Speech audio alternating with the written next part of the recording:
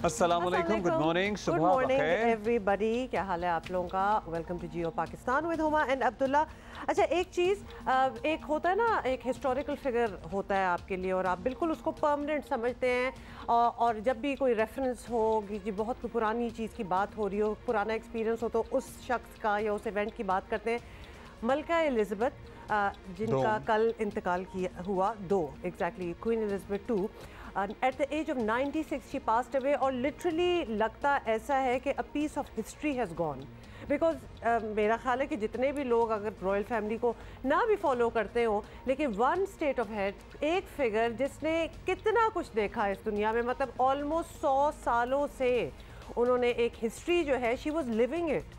She was living it, और monarchy की 8 दहाइयाँ almost. सो दुनिया उनके सामने क्या से क्या हो गई, लेकिन अपने आप को टिल डेट रेलेवेंट रखना, आप ये सोचिए कि 1952 से लेकर 2022 तक अपने आप को रेलेवेंट रखना, और अपनी मोनार्की, जहां दुनिया में मोनार्की के खिलाफ इस दौरान ही कितनी तहरीकें चली और बहुत से मुल्कों से मोनार्की बादशाहत का निज़ाम तहस नहस होकर ख़त्म हो गया, अपनी बादशाहत को कायम रखना एक चैलेंज था। और मेरा ये ख्याल है, और उसको बड़ा उस डिग्निटी के साथ चलाना, जितना दुनिया समझती है कि रॉयल फैमिलीज किस तरह होंगी, of course with a lot of challenges, लेकिन अपने आप को एज अ क्वीन मनवाना और फिर to live up to that whatever expectations जो एक मलका से हो सकती हैं, विच इज क्वाइट कमेंडेबल। मुझे लगता है कि ऑलमोस्ट 8 दहाइयों पर मुहित इनका rain, a lot of credit goes into the fact that she was a woman.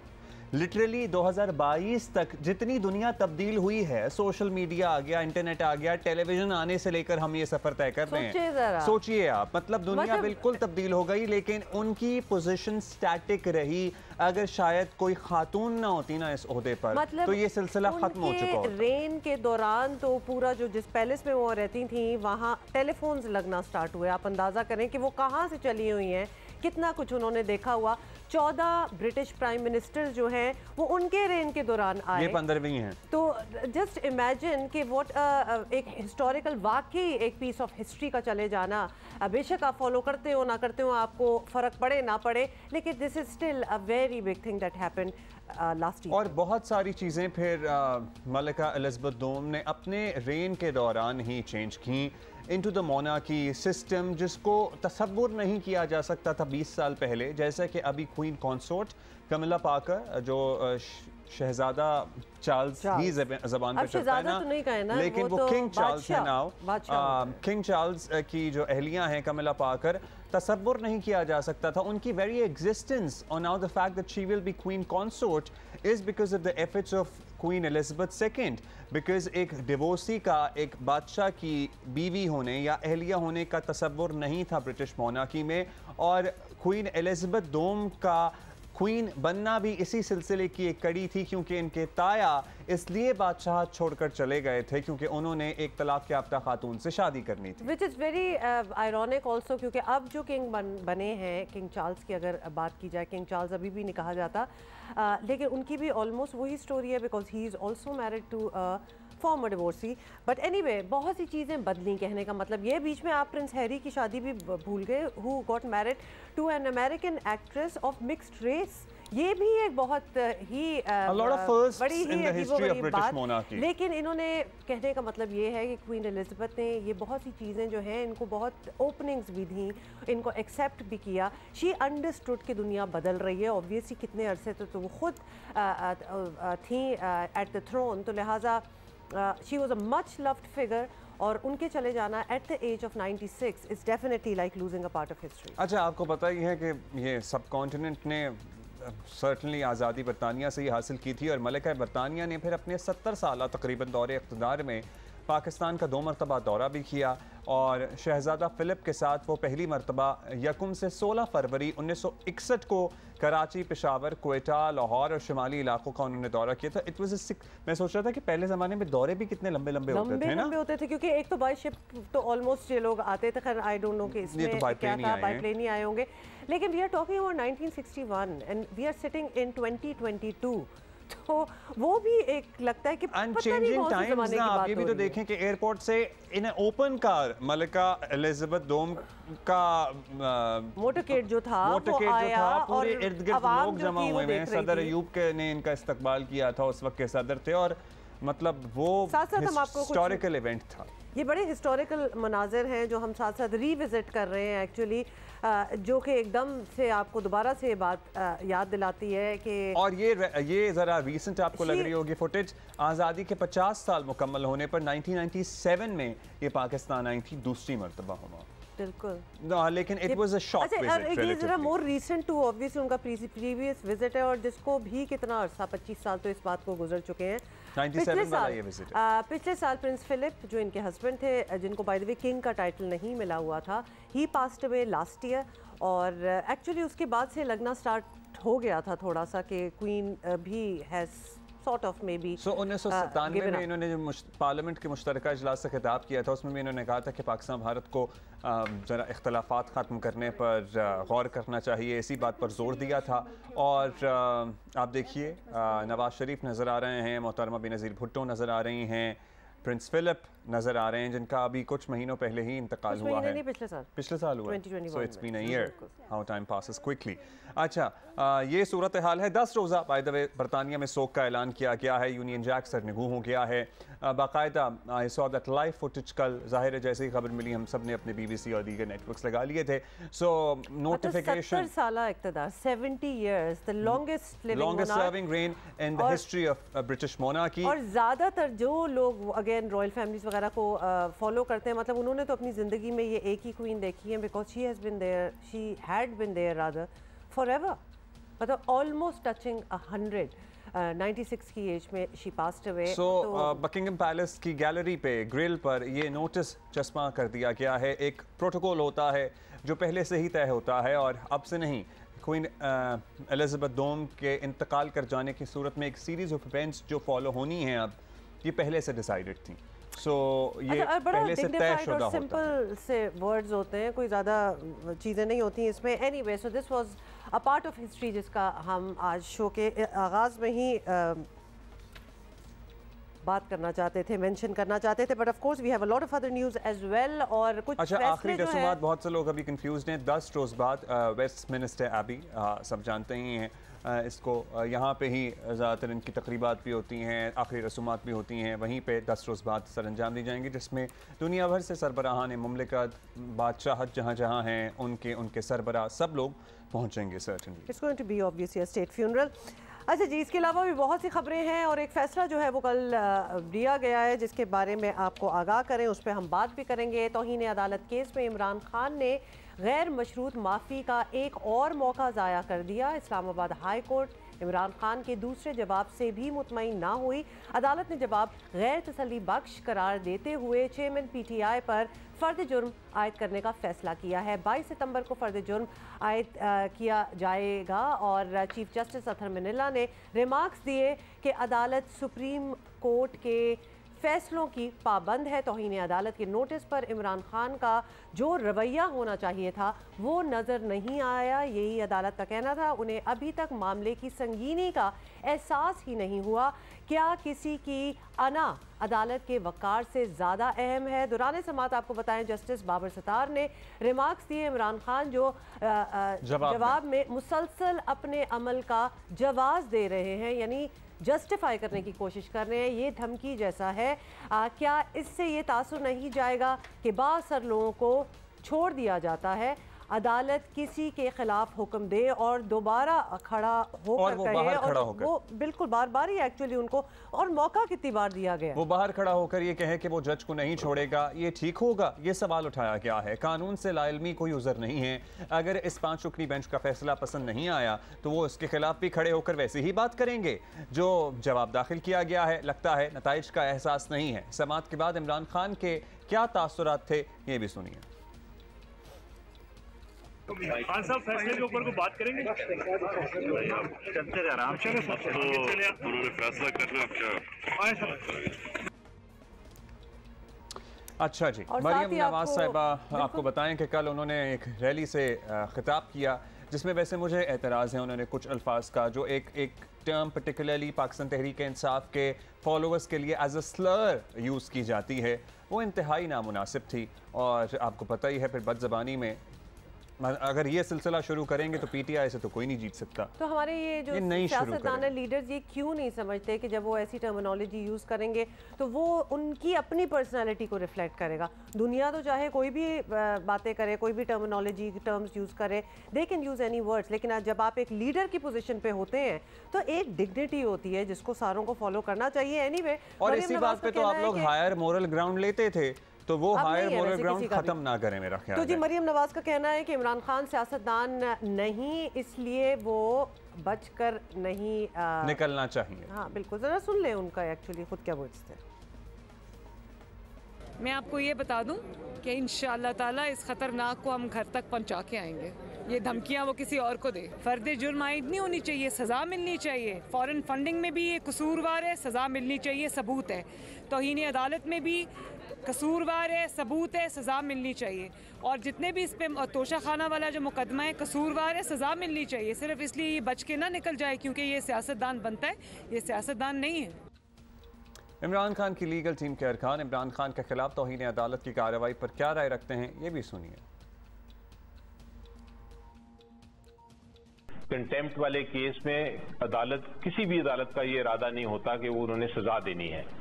अदालत सिर्फ कोशिश ये करती है कि जो नुकसान पहुंचा, अगर कोई नुकसान पहुंचा या इंप्रेशन ऐसा आया कि नुकसान पहुंचा है अदालत की रेपुटेशन को, अदालत की इज्जत को, चाहे वो कोई भी अदालत हो, तो अदालत की कोशिश होती है कि वो इज्जत बहाल हो। और अगर कोई आके, कोई कंटेम्नर या कोई भी शख्स जो है वो आके अपोलोजाइज कर देता है और वो ये कह देता है कि मेरा ये इंटेंशन नहीं था, मेरा ये इरादा नहीं था हरगिज, और मैं अगर कोई ऐसा इंप्रेशन है तो मैं माफ़ी मांगता हूं, क्योंकि अदालतें जो हैं वो माँ बाप की जगह, एक तरह से वालिदैन की जगह होते हैं, तो अदालत फिर किसी किस्म की पनिशमेंट नहीं करती। इमरान खान है, उन्होंने खुद एक दफा से ज्यादा दफा नोटिस जारी होने के बाद ये बात कही कि मेरा किसी को टारगेट करना मकसद नहीं था। इसका नतीजा एक हुआ है जो अदालत के अंदर निकलेगा और दूसरा हुआ है जो अदालत के बाहर निकलेगा। एक बड़ा फैसला है, इसमें कोई शक की बात नहीं है। देखते हैं लीगल ऑप्शंस तो इमरान खान साहब के पास होंगी, मजीद भी हैं, क्या वो उनको इस्तेमाल करना चाहेंगे, नहीं करेंगे, उसकी स्ट्रेटजी जो है वो, या उसकी जो मामलात हैं वो अब उनकी लीगल टीम बेहतर समझ सकती है कि आगे वो उसको कैसे लेके चलना चाहे। ये जो जवाब दाखिल किया था उसमें उन्होंने बिल्कुल जो जिसको कहते हैं कि अनकंडीशनल अनक्वालिफाइड अपॉलॉजी बिल्कुल भी टेंडर नहीं की थी, और अपने जो है अपने आप को अदालत के जो है डिस्पोजल पर भी जो है वो नहीं छोड़ा था। तो इसलिए वहाँ पे जो लफ्ज इस्तेमाल उन्होंने किया था वो उन्होंने कहा था कि जी हमें अफसोस है या उस पर उनको नदामत है, तो ये सफिशिएंट नहीं होता। ये मैं समझता हूँ कि इमरान खान साहब के लिए खतरनाक हो सकती है। अच्छा, क्लियरली खान साहब के लॉयर्स के लिए भी बड़ा मुश्किल है इस बात को जस्टिफाई करना कि खान साहब क्यों उस तरह माफ़ी नहीं मांग रहे, which would actually satisfy the courts, लेकिन वो बड़े रिलक्टेंट हैं। एंड आई एम श्योर इनके लिए भी ये जस्टिफाई करना, जस्टिफिकेशंस देना, एक्सप्लेन करना बहुत ही मुश्किल हो रहा है। खैर, आपको बताएंगे कल की समाअत के दौरान वाज़े नज़र आ रहा था कि जजेस इमरान खान के रवैये से बिल्कुल मुतमईन नहीं थे, और अब 2 हफ्तों बाद समाअत होगी। तासुर यही है कि मुअज़्ज़िज़ जजेस ने खान साहब को गैर मशरूत माफ़ी का एक और मौका दिया, यानी इन 2 हफ्तों में भी इमरान खान माफ़ी मांग लेते हैं तो अदालत केस खारिज करने पर गौर कर सकती है। अदलिया बार बार कह रही है कि मातहत अदलिया रेड लाइन है, लेकिन इमरान खान इस मामले को शायद अब तक भी संजीदा नहीं ले रहे। हालांकि उनके तो फॉलोअर्स उनको रेड लाइन कहते हैं ना, ऑब्वियसली। हालांकि इमरान खान पर फर्द जुर्म आयद हो गई तो वो ये मामला जो है वो इमरान खान की नाअहली तक भी जा सकता है। इस बात को वो नहीं खान साहब को शायद लगता है कि वो इतने मकबूल हैं। मुझे लगता है कि उन्हें तो लगता ही है, लेकिन उनके जो हवारी ही कहूँगा मैं, तो उनके जो साथी हैं जैसे फवाद चौधरी साहब बयानात देते हैं उनको ये ज़्यादा लगता है। और इसी पे ज़रा बात करते हैं, थोड़ा सा कानूनी मामला है, इसको समझने की कोशिश करते हैं। हम मुझसे सुबह सवाल कर रही थी, वो माइंडसेट भी समझने की एक्चुअली कोशिश करते हैं। हाँ। और मुनीफ फारूक हमारे साथ, जैसे आप पूछ रही थी ना मुझसे कि फर्द जुर्म आयद करने के लिए टाइम क्यों दिया जाता है, तो ये हमें समझाएंगे Munif Farooq exactly what are the possibilities. ये जो टाइम दिया जाता है कि जनाब इस तारीख को हम फर्द जुर्म आयद करेंगे, इसका क्या मकसद होता है। मुनीफ, ये आप हमें बता दें। अब्दुल्ला ने सवाल तो खैर पूछ ही लिया, लेकिन साथ साथ ये भी बताया अगर 2 हफ्ते का टाइम दिया, इसका मतलब ये है कि अभी भी अगर वो माफी मांग ले, आपकी आवाज नहीं ठीक आ रही। अच्छा जी, आपसे दोबारा पूछ लेते हैं। एक तो ये 2 हफ्ते बाद जो फर्दे जुर्म आए, डिस्टॉर्शन बहुत है कि दोबारा। ठीक है मुनीब, हम आपको दोबारा कॉल कर रहे हैं। वैसे आप कराची में ही थे मुनीब, तो आप आ ही जाते यार हमारे पास। हम एक्चुअली एक्सपेक्ट कर रहे थे शायद आज हमारी मुलाकात हो जाए दोबारा, पर एनीवे ये कुछ 2-4 सवाल हैं जो बड़े पर्टिनेंट सवाल हैं कि 2 हफ्ते बाद फर्दे जुर्म आयद करने की बात क्यों की, और जिस तरह ये कहा गया है पहले कि शायद अभी भी कोई चांस बीच में बन सकता है कि इफ़ ही रीविजिट्स खान साहब कि भाई मैं क्या कर रहा हूँ, why am I doing that, why don't I just close this case, मैं एक दफ़ा बिल्कुल अनकंडीशनल अपॉलॉजी कर ही दूँ, तो बात फिर अभी आपको पता है कल जो रिमार्क्स था उसमें ये भी था कि अभी भी कार्रवाई की किसी भी स्टेज पर अगर खान साहब अनकंडीशनल अपॉलॉजी करके अपने आप को अदालत के रहमो करम पर छोड़ देंगे तो अदालत फिर इस मामले को ख़त्म करने पे गौर कर सकती है। सो ये बड़े अहम रिमार्क्स थे जो कल भी सामने आए थे। लेट्स सी कि अब इनकी कानूनी टीम इन्हें क्या मशवरा देती है। मुझे लगता है कि अब खान साहब किसी न किसी स्टेज पे फर्द जुर्म आयद होने से पहले अनकंडीशनल अपॉलॉजी कर लेंगे। और how meaningful will it be जिस शख्स को एक मौका, दूसरा मौका, तीसरा मौका, मतलब उसमें भी भरोसा कैसे किया जाएगा? ये तो अदालत की अब सवाबदीद है तो बात है, कि वो इसको एक्सेप्ट करती है या नहीं करती। कि ये दूसरे मौके पे ये कर दें, लेकिन अगर तीसरे पे करेंगे तो फिर आपको यही लगेगा ना कि अपने आप को बचाने के लिए। अच्छा, लेकिन at the same time we would like to say here कि इस तरह से किसी भी पॉपुलर लीडर, चाहे वो माजी में मियां नवाज शरीफ हों या वो अब इमरान खान साहब हों, अदालती कार्रवाइयों के ज़रिए नाअहल किया जाना या नाअहल हो जाना आने वाले वक्तों के लिए अच्छी प्रेसिडेंस नहीं होती, और इससे खैर इसके असरात क्या होते हैं ये तो वक्त बता देगा। लेकिन कोशिश यही होनी चाहिए कि हमारे सियासी रहनुमा भी इस तरह की बातें करने से पहले ज़रा सोच लें, और अब उन्हें बार बार मौका दिया जा रहा है तो वो अपनी जान खलासी कराएं। इसमें क्यों पड़ रहे हैं भाई? यही तो सारी बात है कि इतने और केसेस जब आपके ऊपर आए हो तो एटलीस्ट 1-2 को तो खारिज करें ना, खत्म करें। और खास तौर पे पिछली दफा तो बहुत ही अच्छा मौका था, अदालत ने कह दिया था अब आप जरा अपने रवैये पर गौर कर लें, आप अनकंडीशनल अपॉलॉजी कर लेते और उसके बाद मामला मोस्ट लाइकली दफा हो जाता। हमारे साथ है एक दफा मुनीब, पहले तो बता दें आपको आवाज आ रही है हमारी? जी बिल्कुल आ रही है। और दूसरा मुनीब ये कि आपको इतनी लेट कल हमने कराची से मतलब भेजा लाहौर, और मतलब वो सुबह फिर उठा दिया, इसके लिए भी sorry about that. Having said that Munib, बात हम यही कर रहे हैं कि एक तो 2 हफ्ते का टाइम दे दिए कि उसके बाद हम फर्द जुर्म आयद करेंगे। बीच में शायद ये भी मौका हो सकता है कि खान साहब समझ जाएं इस बात को कि अगर मैं एक कंडीशनल अपॉलॉजी दे दूं तो शायद मामला ख़त्म हो जाए। Is it another chance that he has been given? मतलब आप इसको किस तरह देख रहे हैं? बहुत शुक्रिया हुमा और अब्दुल्ला। देखिए 2 हफ्ते का टाइम एक बड़ा रीजनेबल टाइम होता है। अगर किसी ने अपने कॉन्डक्ट के बारे में देखना है या उसे रीअसेस करना है तो उसमें काफ़ी टाइम है, इमरान खान साहब कर सकते हैं। लेकिन जो मुझे इस वक्त लग रहा है कि इमरान खान साहब की जो अना है वो आड़े आई हुई है, क्योंकि अगर मैं हामिद खान साहब को जितना मैं जानता हूँ और जितने सीनियर वकील वो हैं, आप यकीन मानिए मुझे जरा भी शुबा नहीं है कि हामिद खान साहब ने ये कहा होगा कि अनकंडीशनल अपॉलॉजी टेंडर करें और इस मामले को खत्म करें। लेकिन क्योंकि इमरान खान साहब के साथ कुछ ऐसे खास लोग आजकल है, और अब देखिए ना, या वो इमरान खान साहब को एक हवा में रखे हुए हैं या इमरान खान साहब की बातों का रिफ्लेक्शन उनकी बातों में नजर आता है। जैसे फवाद चौधरी साहब है, वो जिस तरह की गुफ्तगू करते हैं और फरमाते हैं, मतलब वो ऑलमोस्ट ये कि जज क्या बेचते हैं, ये अदालतों की क्या औकात है कि इमरान खान को कोई सजा दे सके, क्योंकि वो बहुत पॉपुलर लीडर हैं और उनके पास बहुत कुछ है और बड़ा पॉलिटिकल कैपिटल है और किसी की हिम्मत नहीं है। कोई बकौल फवाद चौधरी साहब के, अगर मैं दुरुस्त सुन पाया कि किसी का बाप भी इमरान खान का कुछ नहीं बिगाड़ सकता है, नायल नहीं कर सकता। तो अगर आपकी ये सोच है और आप इस माइंडसेट के साथ ऐसे सेंसिटिव मामले में अदालत के सामने है, तो फिर हर जगह किसी न किसी का बाप तो मौजूद होगा, तो फिर वो अपना काम करेगा। और जब वो करेगा तो फिर तो फवाद चौधरी ने ये कह दिया कि किसी का बाप उन्हें नाअहल नहीं कर सकता, और फिर इमरान खान साहब का ये माइंड सेट भी है कि वो अगर अदलिया और फौज पे तनकीद करते हैं तो बिल्कुल ऐसे करते हैं जैसे बाप अपने बेटे पे करता है। सो ये वाली भी हमें कुछ समझ नहीं आई थी बात, क्योंकि it is always the rule of law which governs and which you know that keeps the basic fabric of the society intact. चाहे वजीर आजम हो या आम शहरी हो, अदालत के सामने तो सबको जवाबदेह होना होता है, तो अदालत का तो कोई बाप होता नहीं है। अच्छा, एक और मामला है जिसकी ताज़ा तरीन हमारे पास मौजूद है मुनीब, आपसे उस पर भी राय ले लेंगे। इस्लामाबाद हाई कोर्ट में लापता अफराद से मुताल्लिक केस की समाअत आज होगी और वजीर आजम खुद पेश होंगे इस मुकदमे में। इस्लामाबाद हाई कोर्ट में सिक्योरिटी सख्त है, सिर्फ इसी मुकदमे की आज समाअत होगी। दीगर केसेस की कॉज लिस्ट मनसूख कर दी गई है। वजीर आजम लापता अफराद से मुताल्लिक हुकूमती इक़दामात से अदालत को आगाह करेंगे। ये भी बड़ा पुराना मसला है मुनीब।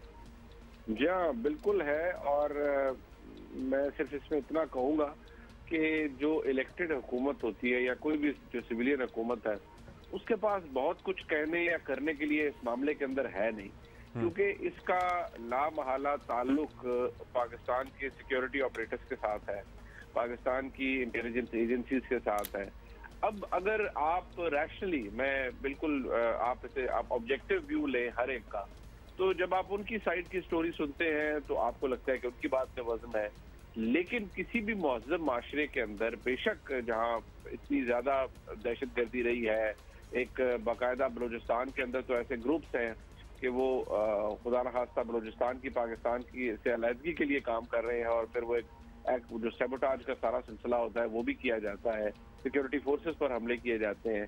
लेकिन मैं एक आम पाकिस्तानी के मैं ये इस बात को ब्लैंकेट इम्यूनिटी तो दे नहीं सकता, ना सपोर्ट कर सकता हूँ कि हाँ जी लोगों को बगैर किसी कानून के उठा लिया जाए, उनके वेयर अबाउट्स का ही पता ना हो, वो कहाँ पर है, और उनके घर वालों को भी ना पता हो कि भाई वो जिंदा है, गुजर गए, किसी जेल में है, किसी डिटेंशन सेंटर में है, उनके साथ हो क्या रहा है, उनका कानूनी तौर पर फेट क्या है। लिहाजा ये एक ऐसा मामला है जिसपे मुझे नहीं लगता कि ठीक है वज़ीर आज़म साहब बड़ी अच्छी बात है पेश होना चाहिए, लेकिन somehow I feel कि वज़ीर आज़म साहब has nothing much to offer। के पास शायद कुछ ज्यादा बताने के लिए हो ना इस मामले में। भी ना हो। अच्छा, एक सवाल मुनीब जो आपसे पूछना है कि अब 2 हफ्तों का टाइम मिल गया है, बड़े चोटी के वकला हैं जो अदालत की मुआवनत कर रहे थे कल के केस में, तौहीन अदालत इमरान खान साहब का मामला, और इमरान खान साहब को भी मतलब क्या ही नाम है जो उनको रिप्रेजेंट कर रहे हैं। आपको लगता है कि अब 2 हफ्ते का एम्पल टाइम है? फिर ये रिमार्क्स भी आ गए कि इस स्टेज में किसी भी वक्त अगर अनकंडीशनल अपॉलॉजी आ जाती है तो अदालत उसे एक्सेप्ट कर सकती है, एज एन उसे कंसिडर कर सकती है। वैसे उन्होंने कहा नहीं है, ये एक अजम्पशन है, कंसिडर कर सकती है, नहीं ये अदालत के रिमार्क्स हैं, अदालत के रिमार्क्स हैं। तो आपको लगता है कि अब उनके वकला या लीगल टीम उनको ये मशवरा देगी और प्रॉबेबली अब 3rd टाइम जब उन्हें ये मौका मिल रहा है तो वो अनकंडीशनल अपॉलॉजी कर लेंगे? देखिए, अगर कर लेंगे तो अच्छी बात है, इमरान खान साहब के लिए बहुत अच्छी बात है। मैंने कुछ दिन पहले भी अर्ज किया था कि इस मामले में इमरान खान साहब अगर जहानत का मुजाहरा करें और इस मामले से अपनी जान छुड़ा लें, ऑलरेडी उनकी प्लेट पर बहुत कुछ है टू डील विद। अगर जो लोगों ने प्रोवोक कर रहे हैं और शाह से ज्यादा शाह के वफादार बनते हैं, उनका तो स्टेक पे है कुछ नहीं, एक सीट है, पहली दफा कई लोग MNA बने हैं, उससे पहले इमरान खान के बगैर तो उनकी सियासी हैसियत थी कोई नहीं। तो जाहिर बात है अगर वो बन गए हैं, वो इमरान खान को रोज पंप करते हैं या बाकी बातें ऐसी कर देते हैं कि भाई ये हो गया वो हो गया, ठीक है, मकबूलियत एक बहुत अच्छी बात है, मकबूलियत है इमरान खान साहब की, सब कुछ है। लेकिन मैं भी सुन रहा था एक दिन हामिद मीर साहब को, उन्होंने कहा कि फिर अगर मकबूल है तो आए सड़क मेरे साथ चले, सैलाब जदगान जहाँ पर मौजूद है वहाँ पर पता चल जाएगा कौन कितना मकबूल है। लिहाजा ये भी किसी न किसी का नोट जरूर हो रहा है कि मकबूलियत का जो मिथ है वो एक्चुअली है क्या। और मेरा तो ये भी सवाल होता है कि आप किसी एक लीडरशिप को, तो किसी सियासी जमात की लीडरशिप को कैस्ट्रेट कर दें, पॉलिटिकली फारिग कर दें, उनको बिल्कुल ही उनकी सियासी मुस्तकबिल को खत्म कर दें और फिर किसी एक को पनपने दें, तो इनवेरिएबली उसकी पॉपुलैरिटी बढ़ेगी। यदि एक खिलाड़ी सिर्फ जो मुनीब साथ जी मुनीब वेरी शॉर्ट आप बता दें कि साथ साथ एक जगह तो वो माफ़ी नहीं मांग रहे, लेकिन अपने जलसों पे वो इसी बात को लेके क्लैरिफिकेशंस जस्टिफिकेशंस भी देते रहते हैं।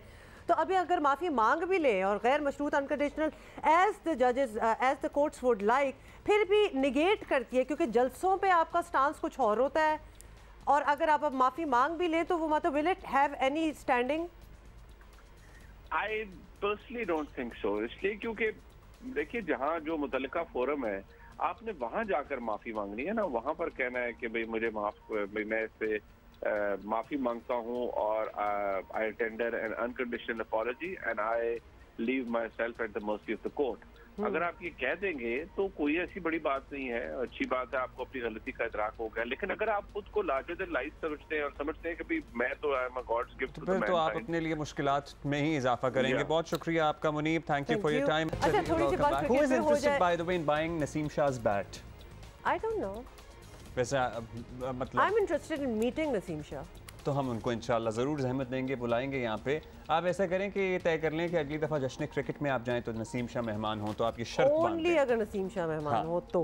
अच्छा एनीवे, छोड़ दे सब कुछ। वैसे कल का किसी ने मैच देखा था, मतलब वो क्या मैच था, मतलब फ्रेंडलीएस्ट ऑफ द मैचेस जिसको आप कह सकते हैं, जिसमें कोहली ने भी मतलब चाय पीना शुरू कर देते, बाकी टीम कोहली तब तक सेंचुरी बना चुके थे, बनाते चले जाते हो तो आगे पहुंच गए थे अगर 20 ओवर पता है क्या, रन रेट पे तो मामला इनका तय हुआ था जो कल नजर आ गया, बस नसीम शाह ने आखिरी मामले पे काम खराब कर दिया। लेकिन बात यह है कि कल वाला जो मैच था इंडिया अफगानिस्तान का, मुझे हंसी इसलिए आ रही थी कि should Kohli even be celebrating his back to his century making against Afghanistan? मतलब कोई मैच खेलो यार, छोड़ दिया ना। कोई मैच खेल के कोई सेंचुरी बनाओ तो बात बनती है। अफगानिस्तान तो वैसे ही हाथ पे हाथ रख के बैठे हुए थे कि जाओ भैया तुम बेशक मतलब बना ये लो। वो लोग हैं जो परसों पकड़े नहीं जा रहे थे, या वो बॉलर्स हैं जो परसों हाथ में नहीं आ रहे थे, अंदाजा लगाया। यहाँ तो जब मतलब अफगानी जब आउट हो रहे थे ना अफगानिस्तान के प्लेयर्स, तो वो हाई फाइव्स कर रहे थे। अच्छा जी, क्रिकेट जीनियस कहलाए जाने वाले और पाकिस्तान को 1992 का वर्ल्ड कप जितवाने में अहम किरदार अदा करने वाले हर दिल अजीज क्रिकेटर जावेद मियांदाद अफगानिस्तान के खिलाफ नसीम शाह के 2 छक्कों को खूब सराह रहे हैं। साबिक कप्तान जावेद मियांदाद पाकिस्तान के खिलाफ अफगानिस्तान के खिलाड़ियों के रवैये पर सख्त गुस्से में भी दिखाई दिए। अब मियांदाद ने कहा कि अफगान खिलाड़ियों ने भी क्रिकेट खेलना शुरू की है अभी मतलब अभी रिलेटिवली न्यू है ना, मगर अभी से इनके दिमाग, उन्होंने कहा कि खराब हो गए। जो उन्होंने कहा वो सुन लेते हैं। चलें ठीक। नसीम शाह ने जो जिस तरह से खेला है वो वाकई तारीफ खेला है, और बड़ी हिम्मत की बात, और सोचा, और जिस तरह से गेंद आई और वो आई फुल टॉस। क्योंकि जो मैंने भी मारा था तो मुझे भी यही था कि मैंने प्लान किया था कि मैं आगे खड़ा था, फिर पीछे होके मैंने बनाई थी कि यॉर्कर करेगा ऐसे टाइम पे, right. He was focusing on the spot कि यहाँ क्या हो रहा है, और उसको जो गेंद मिली है तो इसका मतलब ही वॉज प्रिपेयर कि मैंने मारना है। सबसे बड़ी बात ये थी कि जो एक्सपेक्ट कर रहे थे कि बॉलर जो है वो यॉर्कर करेगा, वही चीज़ एक होती है। मगर यॉर्कर ये ज़रूरी नहीं है कि कभी यॉर्कर हो, बहुत उसमें चांसेस होते हैं फुल टॉस भी हो सकती है। जिनके खिलाफ खेलते हैं तो उनके खिलाफ तो फिर बहुत ही ज़्यादा मज़ा आता है। ये जुम्मा 8 दिन के तो बच्चे हैं, इनके अभी 2 हो तो इनकी तो क्रिकेट कभी नज़र नहीं आएगी। इनको लाने वाले हम ये आके प्रैक्टिस पाकिस्तान में करते थे, और इनकी लैंग्वेज देखें और इनकी शक्लें देखें, अभी क्रिकेट खेली नहीं है, इनके दिमाग तो ख़राब नहीं हो गए। शाबाश पाकिस्तान सारे, क्योंकि मेरे लिए सारे पाकिस्तानी, मैं चाहता हूँ कि जो खेल रहा है जब ग्राउंड में तो ग्राउंड के बादशाह बनो। सब कुछ ही कह दिया वैसे। He said everything I think which everybody had been feeling, लेकिन कोई कह सकता कोई नहीं कह सकता, लेकिन मियांदाद साहब कह सकते हैं, क्या मतलब वो allowed and he was spot on by the way। अच्छा जी, दोबारा से बता दें, कल एक आध दफ़ा मैं किसी से मेरी मुलाकात, उन्होंने कहा जी आप और तो कोई बात करते ही नहीं है सैलाब। मैंने कहा जी अगर हम जितनी और बात करते हैं ना, मेरा बस चले हम वो भी बात ना करें और सारा टाइम सैलाब की बात करें, क्योंकि आपको अंदाज़ा नहीं है कि इस मुल्क में हुआ क्या है। मतलब टीवी पे चूँकि बहुत सारी सियासी गहमा गहमी है, वो इंपॉर्टेंस या वो प्रोजेक्शन नहीं मिली सैलाब को। जियो न्यूज़ ने हालांकि अपनी हद्दुल इम्कान कोशिश की है जितनी होनी चाहिए थी, क्योंकि इस मुल्क का वो हशर हुआ है जो दहाइयों में नहीं हुआ। और हम जितने भी अपने कॉरेस्पॉन्डेंट से बात करते हैं, कल बल्कि मीर साहब तो खुद फिर के आए हैं, सारा उनका आंखों देखा हाल था, और बता रहे थे ये बात लाखों की नहीं है, करोड़ों लोगों की डिस्प्लेसमेंट की बात है। और रोज़ के हिसाब से हमें जो ख़बरें आती हैं कि जहाँ पानी कुछ जगहों पे नहीं अभी तक उतरा, कुछ जगहों पे उतर गया, और उसके बाद की जो तबाहियाँ हैं, उसके बाद जो डिज़ास्टर्स हो रहे हैं, ख़ास तौर पे हेल्थ इश्यूज जो हैं, मलेरिया, डेंगी, ये बड़े सीरियस और अलार्मिंग रादर ये कंसर्न्स हैं। कुछ जगहों से भी तो हमें अजीबो गरीब ख़बरें भी आ रही हैं, जैसे एक छोटी छोटी बस्तियाँ हैं जो कि इर्द गिर्द पानी ही पानी है, लेकिन वो अपने गांव से, अपनी बस्तियों से नहीं निकल रहे बिकॉज और बड़े उनके इश्यूज चल रहे हैं। आपको पता है ना कि एक कल्चरल भी होता है कि जी हम नहीं जाएंगे किसी और जगह पे जहाँ हमारी औरतें जो हैं वो एक्सपोज हो। मतलब बहुत किस्म की खबरें जो हैं वो हमारे सामने आ रही हैं। खान चलेंगे वहाँ, सईदुल्लाह मरवत हमें अपडेट करेंगे कि अभी क्या सूरत हाल है। सरकारी सतह पर बताया गया है कि हालिया बारिशों, सैलाबी रेलों और सैलाबी सूरत हाल में डेरा इस्माइल खान डिवीज़न सूबा खैबर पख्तूनख्वा में सबसे ज़्यादा मुतासर हुआ। सिर्फ डेरा इस्माइल खान में 47,286 घर तबाह हो चुके। मुकम्मल तौर पर 74,543 घरों को जुज़वी नुकसान पहुंचा और 293 लोग जाँ बहक हुए। 499 लोगों को ज़ख्मी तौर पर मुंतकिल किया गया हस्पतालों में। इस वक्त हम डिप्टी DHO ऑफिस में मौजूद हैं डॉक्टर फारूक गुल भिटनी। उनसे हम पूछते हैं कि क्या सूरत हाल है कि मलेरिया आउटब्रेक हुआ है। पंजाला इलाका जो पहाड़पुर तहसील का है वहाँ आउटब्रेक हुआ है मलेरिया का, तो इन्वेस्टिगेट भी किया, ट्रीटमेंट भी स्टार्ट है। हमने लाइसाइडल भी उधर डाले हैं, फॉगिंग भी शुरू है, वो ट्रीटमेंट भी शुरू है। साथ साथ जो है इन दिनों में सैलाब के दिनों की अगर मैं बात करूँ, जो डेंगू के केसेस भी वैसे ये निकल तो रहे थे, लेकिन जो है 14 केसेस टोटल आए हैं। 4 जो है हमारे लोकल हैं, उनमें से 10 जो है वो आउटसाइड आए हैं। इसी तरह एक्यूट रेस्पिरेटरी इन्फेक्शन है, उसको भी ट्रीटमेंट के लिए हमारे लोग जब पहुँचे तो इनको ट्रीटमेंट स्टार्ट हो गई।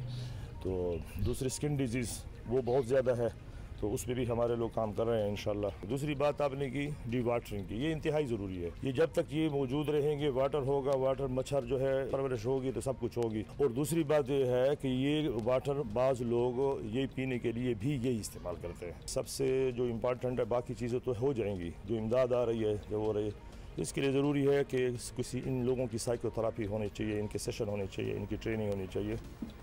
हेल्थ कंसर्न्स खासतौर पर स्किन डिजीज़ के हवाले से तो आपने सुन लिया। अभी हमें ज्वाइन किया है DG महकमा मौसमियात मेहर साहिबजाद साहब ने। मेहर साहब, बहुत लोग कंसर्न है, ऑब्वियसली अभी तक मुल्क का बड़ा हिस्सा जो है वो सैलाब से मुतासर हुआ है और पानी खड़ा है इन जगहों पे।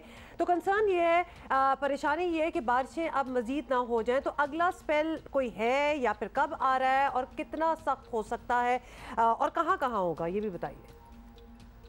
जी बिल्कुल, जिस तरह की बारिशें हुई हैं, जितनी शिद्दत से हुई हैं, उसमें सिंध के इलाके ख़ास तौर पे जो है वो वहाँ पे पानी काफ़ी खड़ा है और वो बल्कि पानी दरिया में भी जा रहा है, लेकिन चूँकि इलाके काफ़ी दूर दूर हैं तो इसलिए इतनी जल्दी वो पानी निकलने की कोशिश नहीं हो रही। अब रही बात अगली कि अगला स्पेल कब आएगा, तो ये बारिशें तो आपको पता है कि जी मानसून जो है वो सितंबर का महीना भी होता है इसमें शामिल। तो अब शिद्दत काफ़ी हद तक कम हुई है। आपने देखा होगा कि जी जब से सितंबर आया है कोई बारिशों का सिलसिला कम हुआ है, हल्की फुल्की या आइसोलेटेड टाइप कहीं ना कहीं हो गई हैं। तो जो हमारे मॉडल्स हैं उनके मुताबिक बारिशों का एक सिलसिला है, देखें 12 सितंबर के बाद ये शुरू होगा और तकरीबन एक हफ़्ता तक मुख्तलिफ़ इलाकों को अपसेट करता रहेगा। लेकिन लगता ये है कि आहिस्ता आहिस्ता वीक हो रहा है वो। ये अगर आई भी बारिश तो उस शिद्दत की नहीं होगी जितनी शिद्दत की बारिश पहले हो चुकी है। साहबजाद खान साहब, अब अगली बारिशों से पहले सर्टनली ज़रूरी है कि पानी भी निकल जाए। ज़ेरी सिंध में तो बहुत बुरा हाल है, पानी समंदर की जानिब जा तो रहा है, लेकिन चांद की 14-15 तारीखें यही बताई गई थी कि आई तो ये खदशा रहता है कि समंदर पानी ना ले। क्या ऐसी सूरत हाल है? देखें, पहली तो बात यह है कि जिस वक्त दरियाओं में जो सूरत हाल जारी है वो ये है कि जी इस वक्त सखर से नीचे जो है वो मीडियम लो फ्लड है और उसके बाद सिर्फ कोटरी ऐसा पॉइंट है जहाँ पे इस वक्त हाई फ्लड चल रहा है और ये भी अगले 5-6 दिन में वहाँ पे भी सिचुएशंस जो है पानी की वो नीचे चला जाएगा। लेकिन कोटरी के बिलो जो है वो पानी चूँकि चलता हुआ समुंदर की तरफ जा रहा होता है तो वहाँ पे थोड़ी सी सूरत हाल होगी, लेकिन इतना भी नहीं होगा कि जी पानी बिल्कुल बैक ट्रैक अडॉप्ट करेगा। लेकिन ऐसी सूरत हाल नहीं है। खैर जो जहाँ पे ज़्यादा ख़तरा था, यानी जो हमारे सिंध के वस्ती इलाके या हैदराबाद तक, वहाँ से पानी उस वक्त तक निकल चुका। अगर इतना ज़्यादा इफ़ेक्ट नहीं होता कि समुंदर का पानी बिल्कुल बैक ट्रैक हो जाए। शुक्रिया, बहुत बहुत शुक्रिया मेहर साहिबजाद, DG महकमा मौसमियात। तो लिहाजा बारिश जो है वो तो होगी, उनका ये कहना है, लेकिन लो इंटेंसिटी होगी और सिंध के इलाकों में ज़्यादा उनका ये खैर अल्लाह खैर करे। वैसे तो अभी बारिश की अल्लाह मियाँ ना ही हो तो बेहतर है, लेकिन लेट्स सी क्या होता है। बताएं कि एशिया कप में अफगानिस्तान और इंडिया का सफ़र ख़त्म होने के बाद, वैसे बाय द वे वो क्या मैच था, क्या था वो मैच था? मैच तो पड़ा ही नहीं बीच में। खैर नहीं, पाकिस्तान और श्रीलंका के दरमियान जो है वो आज मैच होगा। वैसे इसकी किसकी? आज के मैच की। और फिर आज का रिपीट संडे को भी होगा। संडे को भी होना है। आज ही फैसला कर लेना, फिर नहीं ये मैं आपको ये हम कल डिसाइड करेंगे कि आज फैसला होना चाहिए। चलें हम अपनी बेंच स्ट्रेंथ जो है ना बाय द वे पूरी आजमाएंगे। इत्तलात ये हैं कि हसन अली को आज मौका दिया जाएगा और हैदर की बारी फिर भी नहीं आ रही और उनकी जगह कौन, मतलब एक और हैं हमारे जो बैट्समैन जिनको मौका दिया जाएगा। तो लिहाजा आज जो होना है ना मैच पाकिस्तान और श्रीलंका का, वो होगा जी थोड़ा सा क्या मतलब क्या कहा ये जा रहा है कि ये नुमाइशी टाइप होगा और एक्चुअल जो मार्का होगा वो संडे को होगा। अब समझ आ गया। तो हम किसको सीरियसली लें, इसको या आने वाले आप को? तो बेटा किसी को ना लें इसलिए। अच्छा इंजी भाई से पूछते हैं हम। इंजी भाई बताइएगा, पाकिस्तान और श्रीलंका दोनों आपको पता है फाइनल में पहुंच चुके हैं। वैसे तो हर मैच जीतने की कोशिश होनी चाहिए, लेकिन फिर भी अगर पाकिस्तान टीम को कोई तब्दीली करनी चाहिए तो आपके ख्याल में किसको रेस्ट देना चाहिए, किसको चांस देना चाहिए? देखिए फाइनल से पहले ये वाला मैच भी इम्पोर्टेंट है। ऐसी बात नहीं है कि जी कोई भी लड़के खिला दे और ये मैच जो टीम भी जीतेगी वो दूसरी टीम पे ना प्रेशर डाल लेगी, उसका असर है ना फाइनल पे ज़रूर आएगा। बेशक इस मैच के पॉइंट टेबल पे कोई अहमियत नहीं है, लेकिन मेंटली तौर पे ना एक दूसरे को ये प्रेशर में आएंगे जो भी टीम मैच हारेगी। और मैं ये समझता हूँ कि जी पाकिस्तान को ना जो बेंच की स्ट्रेंथ है ना, जो अगर आप कॉम्बिनेशन ट्राई करना चाह रहे हैं, मेरा ये है कि जिस तरह मिडिल ऑर्डर है आप है ना उसमें ट्राई कर सकते हैं कि जी हैदर बेंच पे बैठे या हसन अली बेंच पे बैठे, इसको आप मौका दे के देख सकते हैं कि जी आपको फाइनल में हो सकता है क्योंकि जी ये अच्छी परफॉर्मेंस दे, आपको लगे कि ये दूसरों से अच्छी परफॉर्मेंस दे सकते हैं। अच्छा अब्दुल्ला, अब आपको समझ आ गई। Thank you for explaining that इंजी भाई, क्योंकि यहाँ हम भी अब्दुल्ला को बड़ा ये था एतराज़ कि भाई क्यों दो मैचेस हो रहे हैं। खैर मेंटली बर्तरी के लिए ज़रूरी है हमारा आज का मैच जीतना। अच्छा ये बताइएगा कि इस टूर्नामेंट के बाद पाकिस्तान का confidence obviously we are hoping कि ये तो बहाल हुआ, लेकिन ये बड़ा वाज़े नज़र आ रहा है कि रिजवान पर बहुत ज़्यादा बोझ है, बहुत ज़्यादा प्रेशर है और एक स्टैंड बाय कीपर होना चाहिए एब्सोल्युटली, क्योंकि वो फिर उन पे रन्स बनाने का भी एक प्रेशर है, नीचे से पीछे उनको विकेट कीपिंग भी करनी है, तो this is too much on him. तो आपको क्या लग रहा है कि कौन ये चॉइस हो सकता है, कौन रिप्लेस कर सकता है उन्हें फॉर विकेट कीपिंग एटलीस्ट? आप है ना फर्स्ट क्लास में देख सकते हैं काफ़ी सारे लोग विकेट कीपिंग कर रहे हैं, कौन सा लड़का अच्छा विकेट कीपिंग कर रहा है, लेकिन मैं ज़रा इस चीज़ को ज़रूर दूंगा कि किसी ने अगर 1 से 2 अच्छी इनिंग्सें खेलनी है और उसे आप पाकिस्तान खिला दें तो मैं इस चीज़ के हक़ में नहीं हूँ। थोड़ा सा इंसान को ना एक्सपीरियंस होना चाहिए क्योंकि ये बड़ी मुश्किल जॉब है और आज जो हम डिमांड करते हैं ना विकेट कीपर से कि जी आपकी विकेट कीपिंग भी बड़ी ज़बरदस्त हो और साथ में आपकी बैटिंग बड़ी ज़बरदस्त हो, क्योंकि जी जो टीमें भी कामयाब हुई हैं, जो बड़ी टीमें हैं, जो उनका विकेट कीपर है वो एज ए बैट्समैन भी खेल सकता है। ये बड़ी ज़रूरी चीज़ है कि जी आपकी बैटिंग इतनी स्ट्रॉन्ग हो इसके साथ।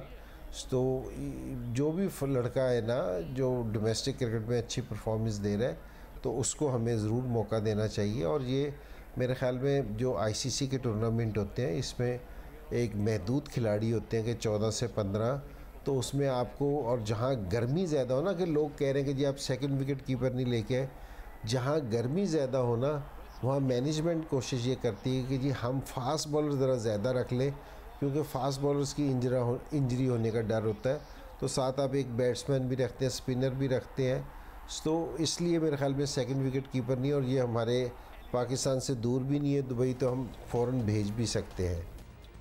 बहुत बहुत शुक्रिया इंदी भाई हमसे बात करने का। And definitely you are very right कि विकेट कीपिंग भी मतलब he has to be a batter as well. और अगर हमारे पास पूरी एक एग्जांपल्स की फहरिस्त है, साउथ अफ्रीका डिकॉक जो थे वो विकेट कीपिंग भी करते थे और साथ बैटिंग भी करते थे। केएल राहुल ऑल्सो इंडिया के बैटर भी ज़बरदस्त हैं और विकेट कीपिंग भी करते हैं। ऋषभ पंत हैं, कामरान अकमल हैं, बिल्कुल so many so examples are there. I guess फिर ये सिलसिला चलता रहेगा। अच्छा जी, सो इंदी भाई अक्सर ये कहते हैं कि दुबई बहुत दूर नहीं है, कोई मसला हो भेज देंगे यहाँ से लड़के। हाँ, लेकिन anyway जी, लेकिन आज हम स्ट्रेंथ अपना रहे हैं, हम अपना तो चाहिए, अपना भी मतलब आजमा रहे हैं बेसिकली। बिल्कुल, तो बेस्ट ऑफ लक कहेंगे हम अपनी टीम को भी, बिकॉज ओवर कॉन्फिडेंस भी नहीं होना चाहिए, लेकिन वी हैव इट। और मेरा ख्याल है कि कोहली से एक थपकी लगवा दें, क्योंकि बाबर ने ऐसा लग रहा था कोहली को जरा नेक ख्वाहिशात का इजहार किया था, उसके बाद से कोहली थपकी जो थी वो अफगानिस्तान टीम के साथ ही पहले भी आपको पता है फॉर्म सॉर्ट ऑफ उनकी आ ही रही थी वापस। बिल्कुल नहीं, आई डोंट थिंक सो, कोई खास नहीं हो रही थी, नहीं, his performance has not been so good. ठीक है, बाबर की बहुत ही वैसे अनफॉर्चुनेटली नॉट गुड हुई है, लेकिन कोहली भी कोई खास नहीं थे।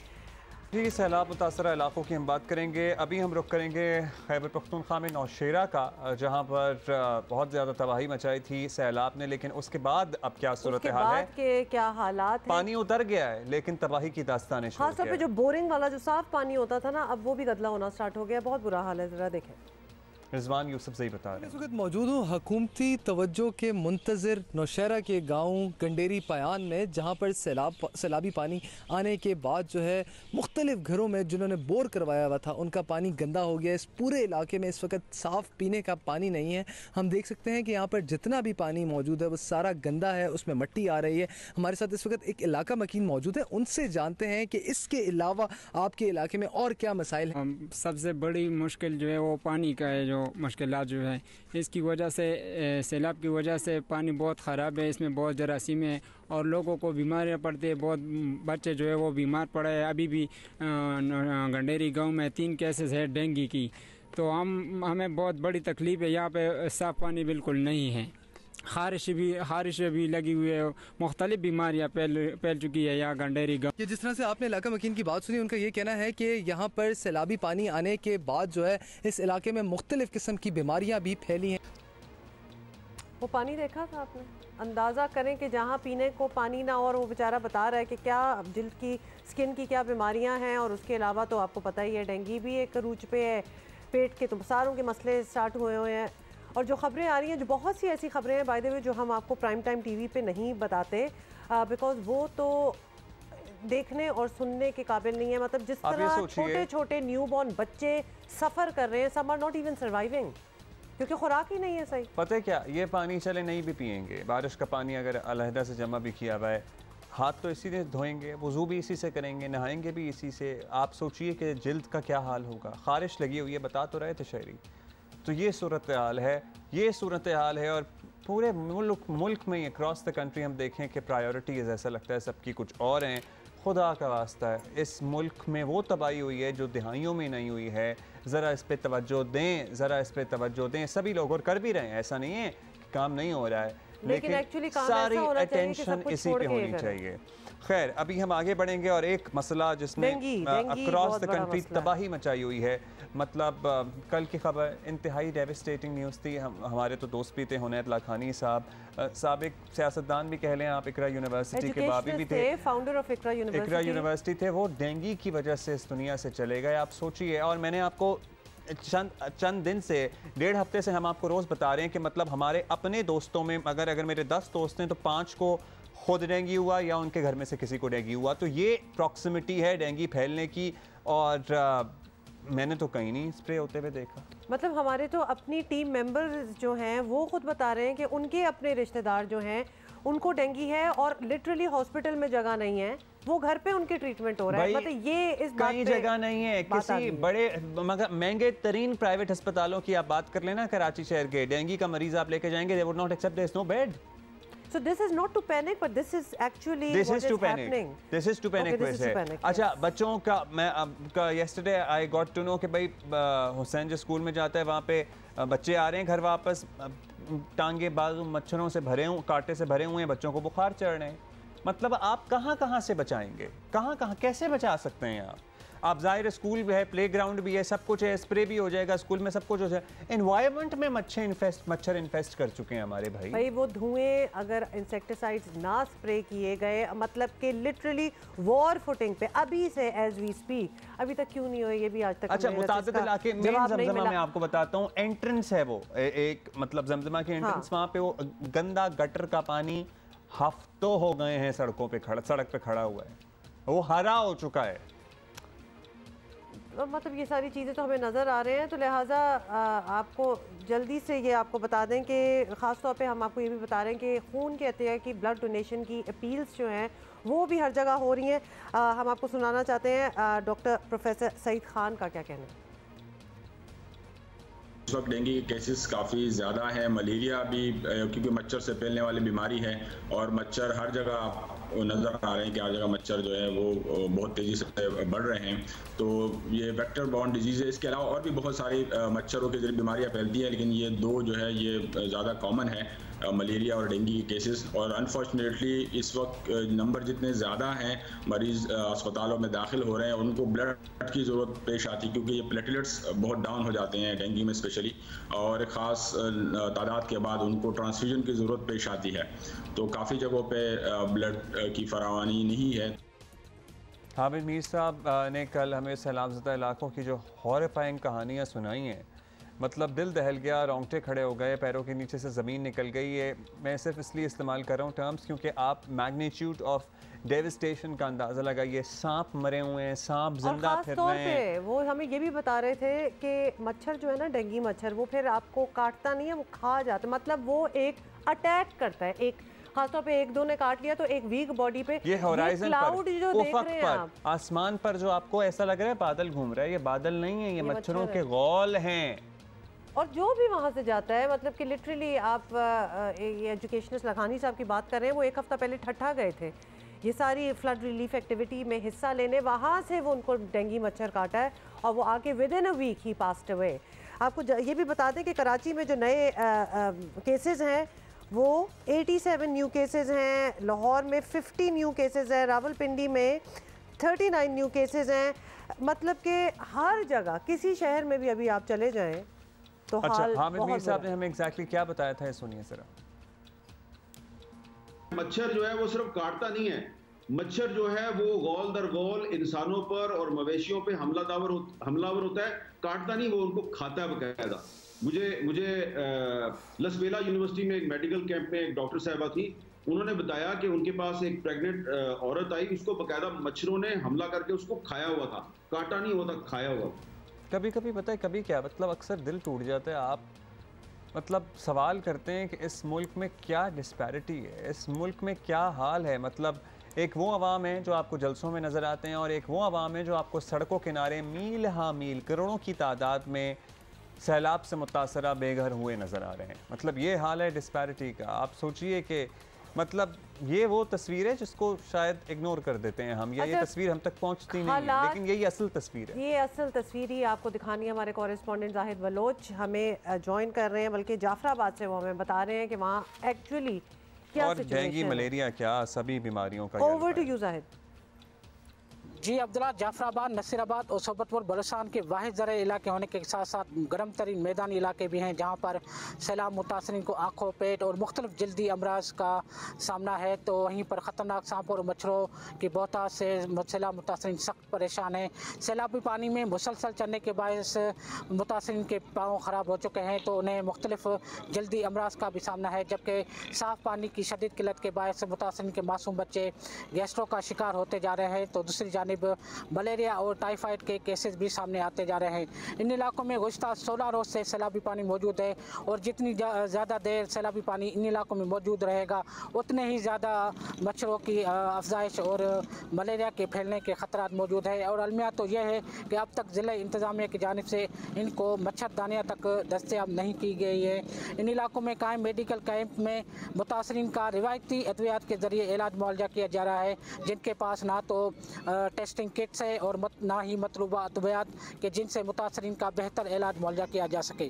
जी, सेक्रेटरी सेहत सिंध कासिम सुमरू साहब हमारे साथ मौजूद हैं और हम बात करेंगे कि सिंध में आपको पता है सैलाब तबाही मचा रहा है, कराची में मच्छरों की अलगार है। कराची पाकिस्तान का सबसे बड़ा शहर होने के नाते इसको होना तो मिसाली शहर चाहिए था, लेकिन यहाँ पर डेंगू मच्छर क्या क्या हीरे लेकर इस दुनिया से जा रहा है। डेंगू मच्छर की वजह से हम अपने दोस्तों से महरूम हो रहे हैं। अब ये हाल है इस शहर में। कासिम सुमरो साहब बताइए, वैसे कि सिंध में गैर मामूली सूरत हाल है, सैलाब की भी ऑल अंडरस्टैंड, लेकिन साथ ही साथ बीमारियाँ भी एक कंसर्न हैं। क्या इत्तलात पहुँच रही हैं, किन इलाकों में ज़्यादा मसला है डेंगू, मलेरिया और दीगर इशूज़ का? बिस्मिल्लाहिर्रहमानिर्रहीम, बहुत शुक्रिया आपका। यकीनन बारिशों के बाद और ज़ाहिर है कराची हमारा जो सबसे बड़ा शहर है उसमें बहुत ज़्यादा बारिशें हुई थी अर्ली डेज़, लेकिन अफकोर्स उसको 2-3 हफ्ते अब हो गए। लेकिन जिस तरह से बारिश होने के बाद बहुत सारे ऐसे एरियाज़ हैं जहाँ पर ये फ्रेश वाटर जो बारिश का पानी है वो खड़ा रहा और उसको निकलने में थोड़ा सा टाइम लगा। मीनवाइल चूँकि ये सीज़न है और इस सीज़न में ही स्टार्ट होता है, तो उस वजह से वायरस अपना मच्छरों की तादाद बढ़ने लगी और वो जो डेंगू के मच्छर हैं, ये हमारा कराची तो इस वक्त हॉटस्पॉट बना हुआ है, उसमें डेंगू के केसेस सबसे ज़्यादा। दूसरे नंबर पे हैदराबाद है जो हमारे दूसरा बड़ा शहर है। लेकिन ओवरऑल जो मलेरिया का प्रॉब्लम है वो इस वक्त सिंध के बहुत सारा सिंध के डिस्ट्रिक्ट्स ऐसे हैं जहाँ इस वक्त भी पानी खड़ा है, तो जब तक पानी रिसीव नहीं होता उस वक्त तक मच्छरों की जो है वो एक इस वक्त स्वाम है जो हमारे पास बहुत मुश्किलात हैं। लोग उससे सफ़र भी कर रहे हैं, लेकिन हम कोशिश कर रहे हैं अपने तौर पर जितना health department, local government department, government of Sindh के जो बाकी रिलेटेड डिपार्टमेंट्स हैं पूरी कोशिश कर रहे हैं कि हम इस तरह से मलेरिया और डेंगू के बेकअप आ सकें। देखिए सुमरो साहब, यही तो हम देख रहे हैं कि हुआ नहीं है, और ख़ास तौर पे क्योंकि सिंध हुकूमत का हमेशा दावा रहा है कि बाकी मामला तो छोड़ दें लेकिन सेहत के शोबे में हम बड़ा ज़बरदस्त काम कर रहे हैं। लेकिन अब ये काम भी सेहत का ही शोबा बनता है, इन द सेंस कि अगर सैलाब और बारिशें हो रही थी, आपको पता था कि डेंगू मलेरिया आएगा इसके बाद, तो स्प्रे होता, कोई अस्पताल तैयार होते, कोई दवाइयों को जमा किया जाता, तो ये तैयारी आई एम सॉरी नज़र नहीं आई। देखिए, दवाओं की हद तक, अस्पताल की तैयारी की हद तक ये तमाम चीज़ें ऑलरेडी मौजूद हैं। आपको भी पता है कि हमने इस दफ़ा अभी जब हमारी कोविड के दिनों में एक बहुत बड़ी एक्सरसाइज हुई थी और हम उसी एक्सरसाइज उसी पैटर्न के ऊपर हमारी जितनी बड़ी टर्शरी केयर है या हमारी सेकेंडरी केयर है उसको हमने मोबिलाइज किया हुआ, इन केसेस को डील भी कर रहे हैं। और उस रेश अगर जितने बड़े नंबर और केसेस आ रहे हैं उस केसेस के हिसाब से अल्लाह न करे वो डेथ नंबर्स बढ़ जाएं, लेकिन बड़ी हद तक कोशिश कर रहे हैं, हम मेहनत भी कर रहे हैं हेल्थ डिपार्टमेंट। लेकिन जो आपका उससे पहले वाला सवाल है कि जी हेल्थ डिपार्टमेंट ने तैयारी नहीं की, तो आप ये सोचें कि हमारे पास अनप्रेसिडेंट रेंट्स इस वक्त भी हेल्थ डिपार्टमेंट की कोई 1200 के लगभग फैसिलिटीज़ ऐसी हैं जो इस वक्त पार्शली डैमेज हैं या अंडर वाटर हैं। तो उन एरियाज़ में तो ये मोबिलिटी हो नहीं सकती थी। हमारे पास अब फील्ड कैंप्स के थ्रू या फिर आपकी फिक्स्ड कैंप्स हैं या आपकी जो फील्ड हॉस्पिटल्स हैं उनके थ्रू ही मैनेज किया जा रहा है। We are trying a level best. हमारे जो जितने इंटरनेशनल पार्टनर्स हैं वो हमारे साथ काम कर रहे हैं। गवर्नमेंट ने जितनी और मज़ीद जो है वो हमने फंडिंग जो है वो गवर्नमेंट से ने इस पर वो भी हमने फ़्लो किया है। तो दवाओं के मामले में, स्प्रे के मामले में जो इतनी हमारी कैपेसिटी है उससे बहुत बढ़कर काम कर रहे हैं। दवाओं वगैरह की तो चले दस्तियाबी हुई, कासिम सुमरो साहब शुक्रिया, लेकिन एडमिशन्स नहीं हो रहे हैं डेंगू पेशेंट्स के, मतलब प्राइवेट में नहीं हो रहे तो सरकारी में तो आप सोचिए कि क्या ही बोझ होगा। मतलब कराची के आ खान अस्पताल देख लें, साउथ सिटी देख लें, दीगर लियाकत नेशनल देख लें, बेड नहीं मिल रहा है डेंगू के वार्ड्स में। I am telling you on account of friends personal experience. Of course भाई, हमारे टीम मेंबर ने हमें खुद बताया, उनके अपने रिश्तेदार हैं जो घर में जिनका इलाज हो रहा है क्योंकि उनको जगह नहीं मिली। तो ये खबरें कोई सुनी सुनाई दूर दराज से नहीं आ रही। We know people who are going through this, और ये एक्चुअल एक बहुत सीरियस सिचुएशन। अगेन वही बात है, जब इतनी बारिशें हो रही हो तो एक्सपेक्ट करना चाहिए था ना कि भाई ये तो होगा आगे, तो उसकी तैयारी कर लें, क्योंकि बारिशों के लिए तो हमने कोई ख़ास तैयारी की नहीं हुई थी। इस वक्त हमें ज्वाइन किया है डॉक्टर अख्तर मलिक, करेंगे जी, हैं हमारे साथ। So, doctor Akhtar Malik, minister primary health Punjab, उनसे हम बात करने की कोशिश कर रहे हैं कि वो भी हमें बताएं कि क्या तैयारी है, क्या हो रहा है, बिकॉज दिस इज़, अगर इसको अभी ना कंट्रोल किया गया, अभी भी वक्त है स्प्रेज वगैरह कर ले, otherwise this is getting out of hands. सो हम वज़ीर आज़म साहब, आपके लिए और बहुत से चैलेंजेस हैं, लेकिन आपकी तो लिटरली एक्सपर्टीज़ हैं इस मामले में। मतलब जब ये वबा आई पाकिस्तान में, जिस तरह आपने मिसाली कंट्रोल किया, वो भी अपने में एक केस स्टडी है सो आप तो अब वजीर आजम हैं, पूरे मुल्क में डेंगू की अलगार है, आप जरा कुछ करें इस सिलसिले में। एक ऑर्डर दे दें वजीर आजम के लिए, तो बिल्कुल एक ऑर्डर देना। और चूंकि आप ये अगेन अब्दुल्ला आपने सही कहा है, आप ये कर चुके हैं, you have done it, so you know exactly कि ये इट्स डूएबल, ये कंट्रोल किया जा सकता है। किधर हैं वो सारे? सो डॉक्टर अख्तर मलिक साहब, ये trying to get in touch with you. I guess आप मसरूफ़ हैं, आप फ़ोन नहीं उठा रहे हैं क्योंकि हमने तो आपसे टाइम लिया हुआ था।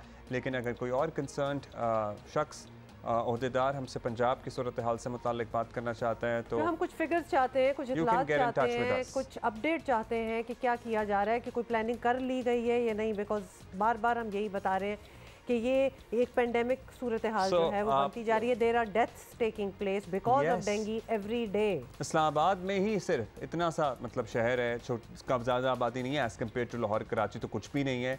43 अफराद में तशखीस हुई है 24 घंटों में सिर्फ डेंगू की, और बाज़ अभी तशखीस के मरहले से गुजरे भी नहीं, क्योंकि आपको पता है कुछ दिन तो आप गुजार देते हैं ना। डेथ्स की बात करें तो जो फिगर्स अभी मेरे मुतासिर लोग जो डेंगू में हैं तो वो 43 दही इलाकों में अगर आपको बता दें, इस्लामाबाद में 31, इस्लामाबाद में 43, शहरी इलाकों में 12। अरे ये in addition to the numbers that are already existing, तो ये बढ़ते चले जा रहे हैं। और हमने आपको बताया था कि जो रियलिटी है ना केसेस की, जो हमें अपने इर्द गिर्द से पता लग रही है, वो इन नंबर से बहुत ज़्यादा है।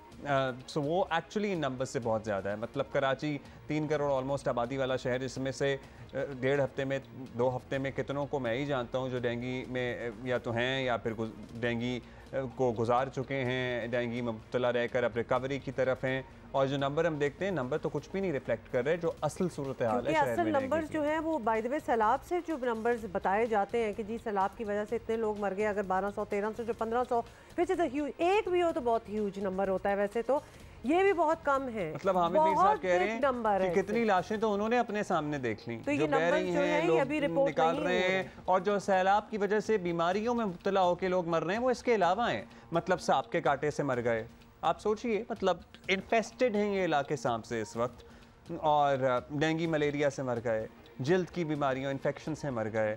वो जिस खातून का जिक्र कर रहे थे लसबेला में कि वो आई औरत और भी इशूज थे, लेकिन उसको मच्छरों ने खाया हुआ था, प्रेग्नेंट थी। बात सुनिए ना तो मैं तो बड़ा ही दिल हिल गया। बच्चा पैदा हुआ। अच्छा जी, एक दफ़ा फिर डॉक्टर अख्तर मलिक की कोई टीम मेंबर भी अगर हमें सुन रहा है तो प्लीज़ हमें कांटेक्ट करें, बिकॉज टाइम आपसे लिया हुआ था। हम चाहते हैं कि हमें पंजाब की एक अपडेट ज़रूर। सो पंजाब गवर्नमेंट से अगर कोई सुन रहा हो, वैसे हम कोशिश करते हैं वज़ीर आला साहब को मिलाएं ज़रा, क्योंकि वो कहते हैं ना कि कोई भी मसला हो पंजाब से मुताल्लिक तो डायरेक्ट हमसे आप परवेज़ इलाही साहब को ज़रा नंबर मिलाएं, तो हम कोशिश करते हैं कि हम उनसे ज़रा हाल बताइए कि ये किस वजह से हुआ है। जिस तरह अब्दुल्ला आप बता ही रहे हैं कि इंटरबैंक में रेट क्या बता दिया, और बज़ाहिर इसकी वजूहात सैलाब से जुड़ी हैं, क्योंकि हमें सैलाब से निपटने के लिए बैरून मुल्क से अशिया मंगवानी पड़ रही हैं। ऑब्वियसली ये ज़रूरत भी है, तो लिहाजा ये हमारा इंपोर्ट बिल जो है वो बढ़ गया है। और मुल्क में पहले ही आपको पता है कि तारीख़ी महंगाई, मतलब इसके बारे में हम मज़ीद क्या बात करें, जो है वो बुलंद तरीन सतह पर है। और ऐसे में डॉलर की कीमत को कंट्रोल ना किया गया तो महंगाई बढ़ तो सकती है, लेकिन कम किसी सूरत नहीं हो सकती। अब इसी पे बात करेंगे। हमें ज्वाइन किया माशी अमूर के माहिर मोहम्मद सुहेल साहब ने, जो कि हमें हमेशा ही एक्सप्लेन करते हैं कि क्या हो सकता है, क्या होने वाला है। हम तो कई हफ्तों से ये सुन रहे थे मोहम्मद सुहेल साहब के IMF की किस्त आने के बाद जी बड़ा ही अच्छा सिचुएशन हो जाएगी, डॉलर जो है वो 200 से भी नीचे आ जाएगा, ये भी उम्मीद थी। लेकिन यहाँ तो उल्टा ही हो रहा है। तो क्या वजह है डॉलर की कदर में इस तरह तेज़ी आना, इजाफे में इस तरह तेज़ी आना? IMF के बाद ये तवक्को थी कि रुपए और डॉलर की कदर में इस्तेकाम आएगा, मगर 2-3 चीज़ें ऐसी हुई हैं जिसकी वजह से रुपया दोबारा प्रेशर में आ गया है। एक तो ये कि जो IMF से कंडीशंस तय हुई हैं, यानी जो टारगेट सेट हुए हैं स्पेशली रिज़र्व के, सितंबर के, दिसंबर के और फिर मार्च और जून के, उस हिसाब से पाकिस्तान को अपने जो रिज़र्व्स है, फॉरेन एक्सचेंज रिज़र्व्स, उसको बढ़ाना है। और इस दौरान जो हमें फ्रेंडली कंट्रीज से जो इन्फ्लो आना था उसकी भी कोई नियर टर्म में उम्मीद नज़र नहीं आ रही। तो इस वजह से आप कहें कि डॉलर की कमी देखी जा रही है, जिसकी वजह से रुपया प्रेशर में है। दूसरी तरफ जो फ्लड है वो भी एक अननोन रिस्क था जो मटेरियलाइज हुआ है उसका भी करंट अकाउंट पे और एक्सटर्नल अकाउंट पे इम्पैक्ट आएगा, तो वो भी एक ऐसी चीज़ है जो शायद IMF के लोन से पहले उसकी तवक्कुआत नहीं थी और लोगों ने वो प्रेडिक्ट नहीं किया था। तो ये दो फैक्टर्स हैं जिसकी वजह से रुपया अंडर प्रेशर है। और तीसरा जो रीज़न है वो है कि जो ओपन मार्केट में जो डॉलर का रेट है उसका जो प्रीमियम है वो 1% के करीब होता था, 1-1.5%, वो कोई 4-5% चला गया है, जिसकी वजह से इंटर बैंक में भी उसका असर आता है जब ओपन मार्केट का रेट बहुत ज़्यादा हो जाए। अच्छा, अब सोहेल साहब, ये कुछ वजूहत आपने एक्सप्लेन की। डॉलर कुछ नीचे आए तो महंगाई पर भी सर्टनली फ़र्क पड़ेगा, अगर आ जाए तो आम आदमी का एक बड़ा मसला है ये जुल्म है लिटरली आम आदमी के साथ। क्या कुछ किया जा सकता है कि रुपया मुस्तहकम हो? क्योंकि उम्मीद तो हमें यही थी कि IMF की किस्त मिल जाएगी, कुछ बेहतरी आएगी। कब बेहतरी आएगी? देखिए, रुपए को की कदर बढ़ाने के लिए दो ही रास्ते शॉर्ट टर्म में नज़र आ रहे हैं। या तो जो तेल की कीमत है और कोल की कीमत है जो नीचे ज़्यादा नहीं आ रही, वो तेज़ी से अगर नीचे आ जाए तो हुकूमत को करंट अकाउंट में बहुत सपोर्ट मिल जाएगा।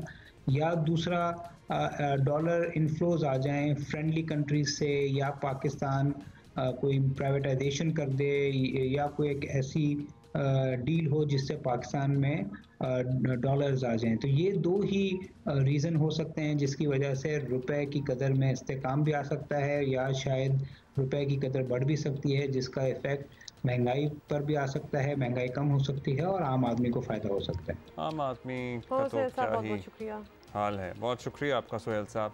जरा सुरदा हो जाता हूँ मैं ऐसी खबरें। अच्छा जी, इन अदर न्यूज़ आपको पता है कि क्रिकेटर आसिफ अली पर मैचेस की पाबंदी का एक खतरा जो था after what happened with in Pakistan and Afghanistan, वो टल गया, खत्म हो गया वो वाला।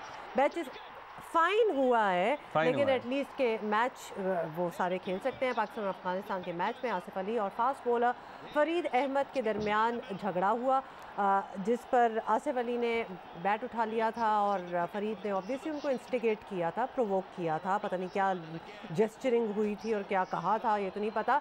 तो ये सब उस वक्त हुआ जब आसिफ अली ने फरीद अहमद को छक्का लगाया था, फिर अगली गेंद पर आउट हो गए। बर्दाश्त तो हुआ नहीं, तो लिहाजा आगे से ये हो गया। लेकिन अगली गेंद पर फरीद अहमद ने आसिफ को आउट भी कर दिया था, विकेट ले ली उसकी, और फिर ये सब मामला हुआ आपकी स्क्रीन पे है। और फिर 25% जुर्माना हुआ है मैच फीस का।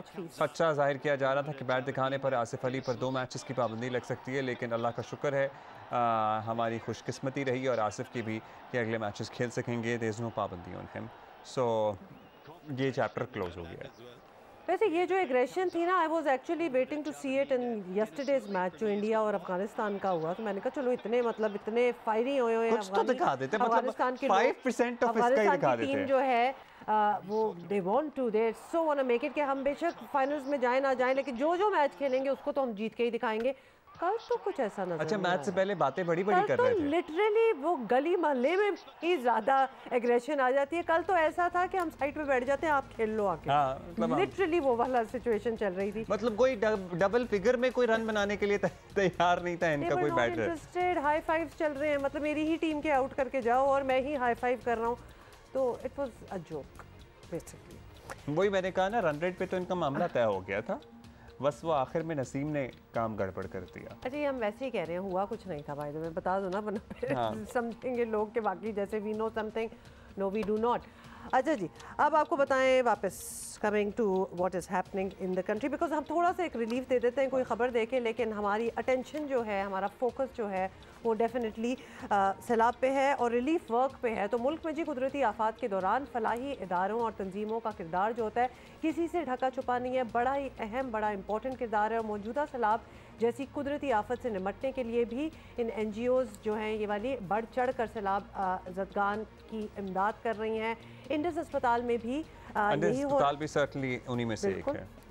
इसी पे बात करते हैं डॉक्टर अब्दुल बारी खान साहब। इंडस अस्पताल मतलब शोरा आफाक, कौन इनके नाम से वाकिफ़ नहीं है। शुक्रिया आपका डॉक्टर साहब, आपने वक्त दिया, आप बिज़ी आदमी हैं। अब ये बताइएगा कि पाकिस्तान को बदतरीन सैलाब का सामना है, हज़ारों लोग खुले आसमान तले हैं, कैंपों में ज़िंदगी गुजार रहे हैं, मुख्तलिफ अमराज फैल रहे हैं। आपका इदारा जो पहले ही लोगों की बहुत मदद करता है, सैलाब मुतासरीन के लिए क्या काम कर रहा है अब तक? देखिए हमारे यकीनन ये एक बहुत बड़ी कैटास्ट्रफी है जो कि पूरे मुल्क में तकरीबन हर सूबे में इसकी इन्वॉल्वमेंट आई है और हर सूबे में हम लोग जा रहे हैं, जहाँ पर बदीन में, यहाँ पर सांगड़ में, फिर जो आगे चीज़ें बढ़ते हैं, पूरा शेड्यूल बना लिया है।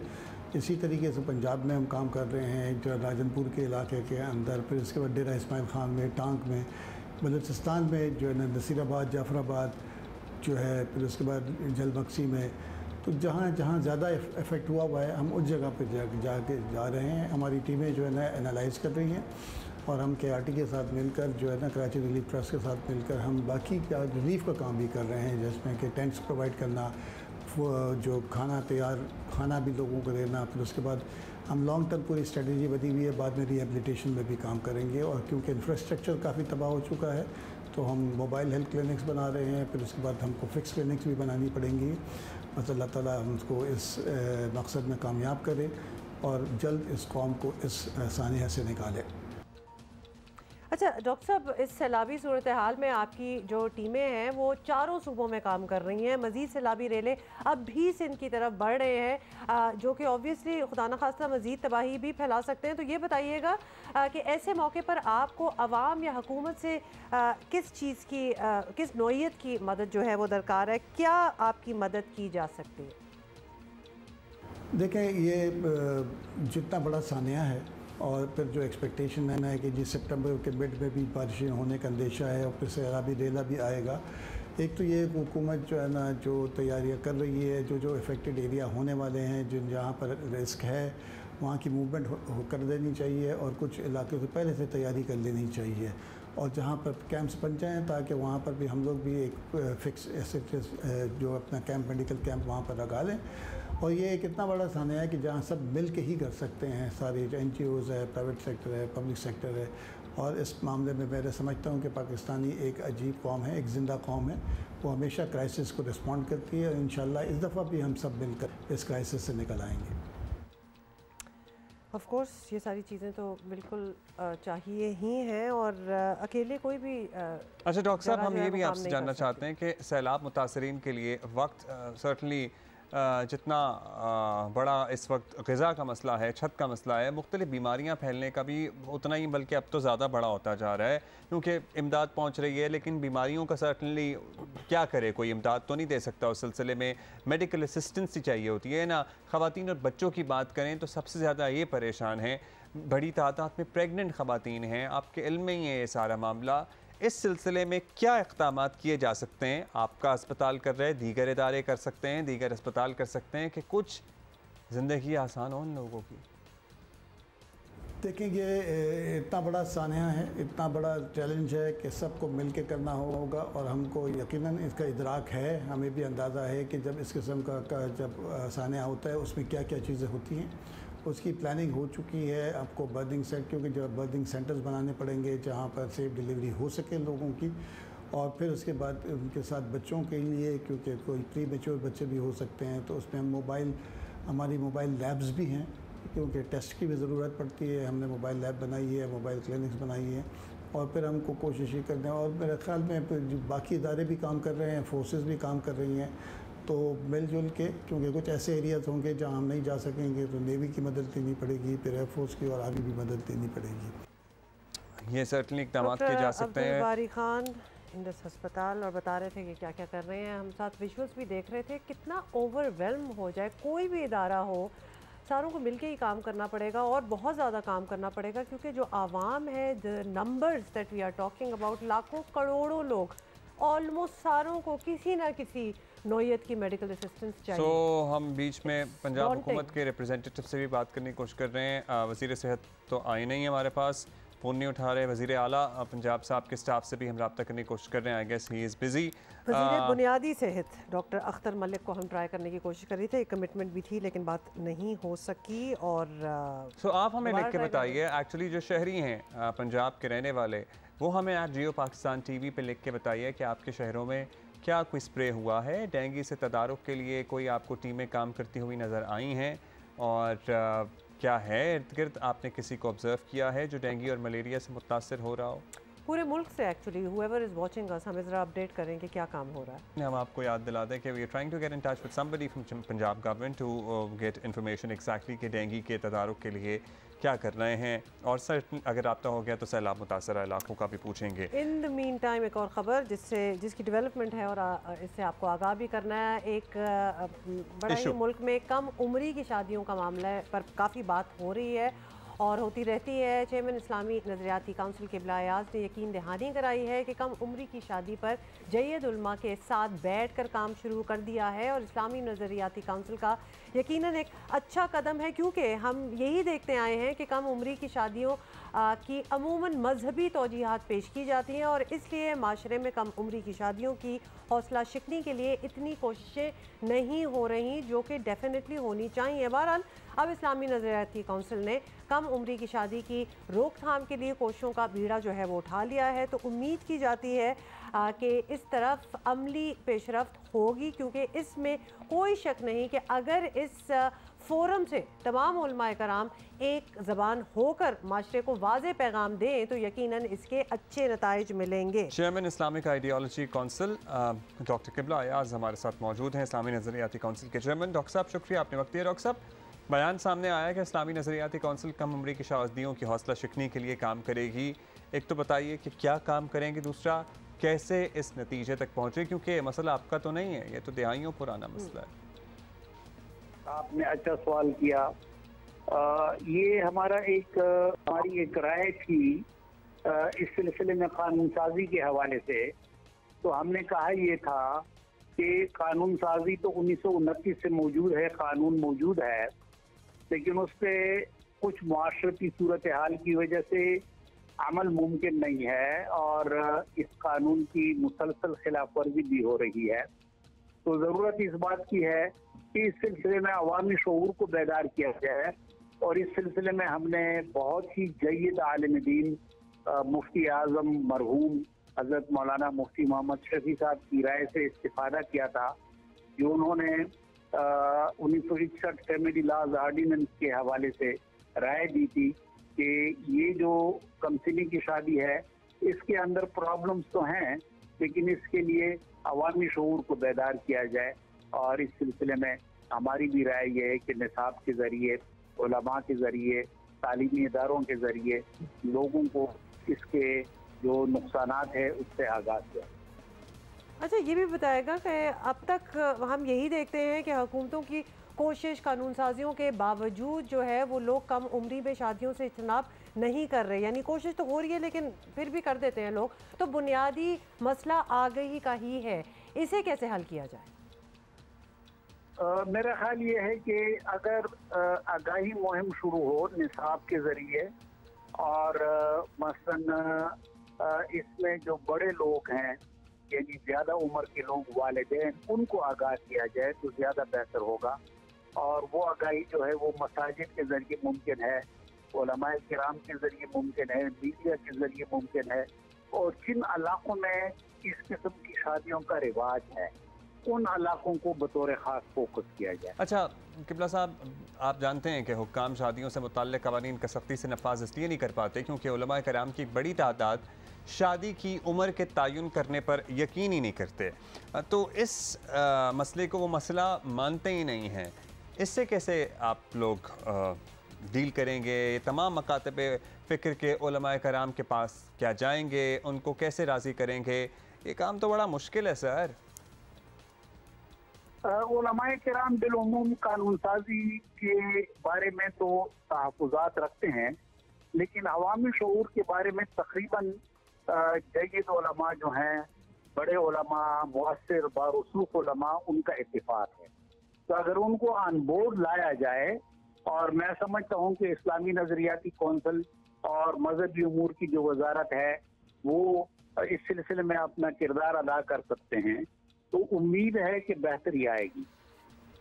उम्मीद है कि बेहतरी आएगी। अच्छा, ये बहुत शुक्रिया आपका डॉक्टर क़िबला अयाज़।